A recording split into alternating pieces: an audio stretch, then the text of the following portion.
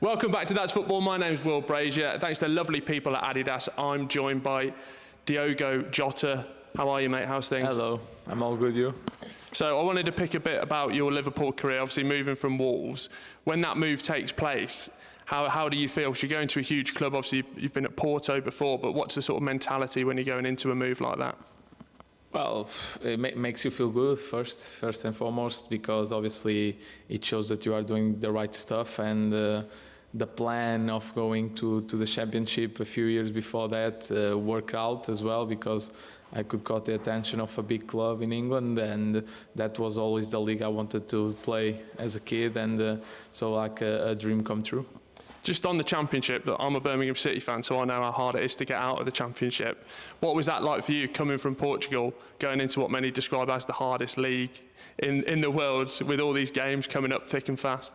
Yeah, I think it was very helpful for me to develop as a player, because of mainly the intensity, and to play in 3 days. We don't have that in Portugal, and that was the main difference. And obviously, maybe the quality is not the best, but intensity-wise, it is one of the best for sure. And because you have so many games, you are always switched on and playing, and that's very helpful for development of a player. And I took massive advantage of that. I remember I played 44 out of 46 league games. So yeah, great for me and great for the team, because obviously we're champions, and that was the first trophy of my club career, let's say like that. So you moved to Liverpool, and at the time, all everyone's talking about is that front three of Salah, Firmino and Mane. How much pressure do you put on yourself for that? Obviously you hit the ground running as well, but was there extra motivation because of how formidable those three are? Yeah, I remember that. Obviously, by then everyone was speaking about them three, and rightly so. They won everything, and they were for sure one of the best. But in my mind, I always knew I was able to somehow sneak into that and play whatever the manager wanted me to play. And that's one of the first things he told me as well, was I don't want you here to be on the bench, let's say like that. I want you to fight for a spot in the starting 11. And that's what I did. And obviously I was lucky enough to score pretty much straight away on my first appearances, and that helped as well, of course. What's the sort of biggest adaptation you have to make, maybe not just for your game, but for you personally, when you go to a club like Liverpool? Well, it requires adaptation, obviously, because you move city, and you have a new structure in Liverpool. But Liverpool has quite a few people helping on that as well. Wolves is a great club, but it's obviously not as big as Liverpool, and you have a lot of people helping you outside of the pitch as well. So you just need to focus on training and on getting back there to be involved on the weekends fixtures. So you talk a lot about Jurgen Klopp being instrumental in the move there as well. What's he like as a boss? I don't know, a friend, father figure? What's he like on a day-to-day basis? Yeah, I think for us it's like that figure, we need to respect, and we try to learn whatever he has to say, because he likes to speak a lot, and he talks sense. And for us is that we know that he's there for us, always very supportive, as you might realize, and loves his hugs as well, and that's good. And of course, like I said, trying to learn from him, and to understand we have been in a lot of situations already with him, and over these 3 years, and it seems like he has always the right thing to say, and that's obviously special. Is there a particular moment that stands out for you where he's really helped you in a particular way, whether it's from a tactical perspective, like off the field stuff? Is there anything where he's been really instrumental for you? Yeah, I think from the beginning, I think that's always the key. I had other clubs in the past where that did happen, so he tried to speak with me and tried to guide me in the right direction, and I think I did my job quite well, so he just let me go. But I think that key moment was the beginning, so it's always the hardest bit, and he made me feel that I was important and could play a big role in Liverpool team, and that's always what you want from the manager. Love that. Obviously, you've had so many memories already in your Liverpool career, and so many to come. But what's been the best game that you've personally played in? Maybe not for like a trophy win, but one where maybe you have struggled to sleep when you got back. I have a few, fortunately. I remember the Atalanta game where it was the first big impact I had on the team with hat-trick and my first Champions League hat-trick as well. So that was quite a big win and a big game for me. There's a few more like Arsenal away for the semi-final of the Cup.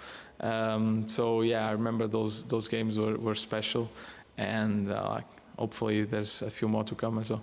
One of the big ones I remember, I was at the EFL Cup final with the long penalty shootout. You scored in a packed Wembley in front of the Liverpool fans. What's that walk like? I'm never going to get to do it, from the halfway line to the penalty spot, and you score your penalty with all that pressure on you.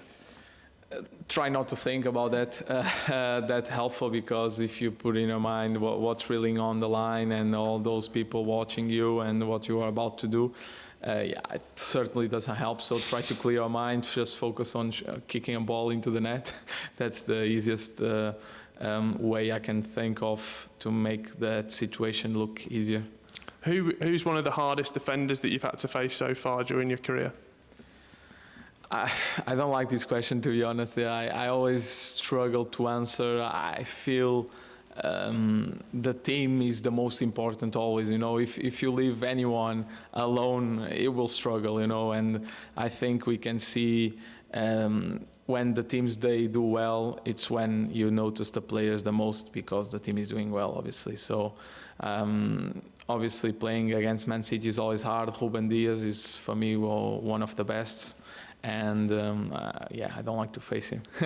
Well, I was going to move on, obviously, talk about your international career as well. I wanted to ask if there's one player that you could bring into Liverpool from the Portugal setup. Maybe not Cristiano Ronaldo, that might be the obvious answer, but who would it be? It might not be him.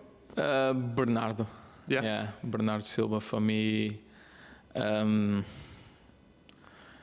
Probably one of the most, for sure, the most intelligent football guy I've known, and the way he can hide the ball as well from the opponents is special, and I think I'll go for him. Love that. Obviously, you've done so much in your career, but I wanted to touch a bit on this season. Manchester City, top of the league, already putting down a marker. How close do you feel that you can run them, push them, and maybe even go all the way?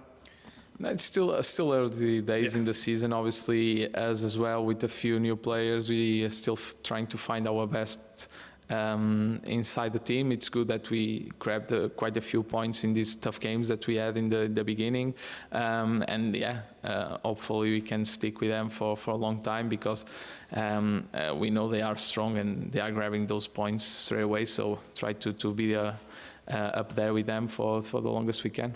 Just on that as well, because there was that famous image last year from inside the Man City changing room that got leaked, when they literally had the pictures on the wall of we're going to win this, and this. Is there anything like that at Anfield or at the training ground for that sort of daily reminder and daily motivation? Yeah, there's always a few lines, and we have pictures from previous achievements, like the Champions League, and there's a big board as well of that comeback against Barcelona. And I think it says, "No, you can." I think that's a big one, and that's a big statement that I also like to follow. Last two questions from me. What else would you like to accomplish during your Liverpool career?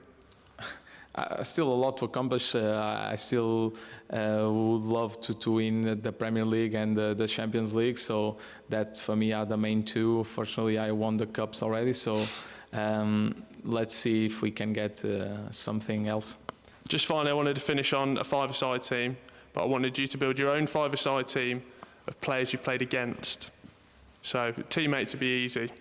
So I wanted to start in goal, but I didn't know if I could just suggest a former teammate to start me out in goal, Big John Ruddy. He was playing for Birmingham. Yeah. Great save percentages at the moment. Doing really well. Players I played against. So in goal, probably Buffon. That's a pretty good start. Buffon. I'm sure John Ruddy won't mind too much. So then centre backs, maybe one only, so five-a-side. Yeah, go a bit attacking. Yeah. Only one guy over there defending. It's not easy, you know.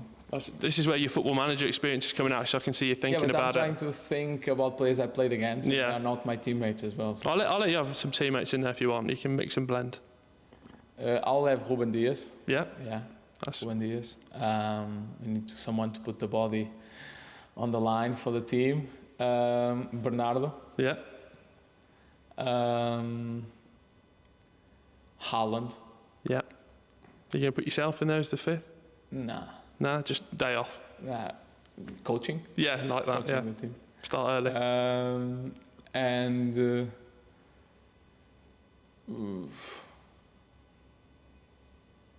maybe Moutinho. Love that.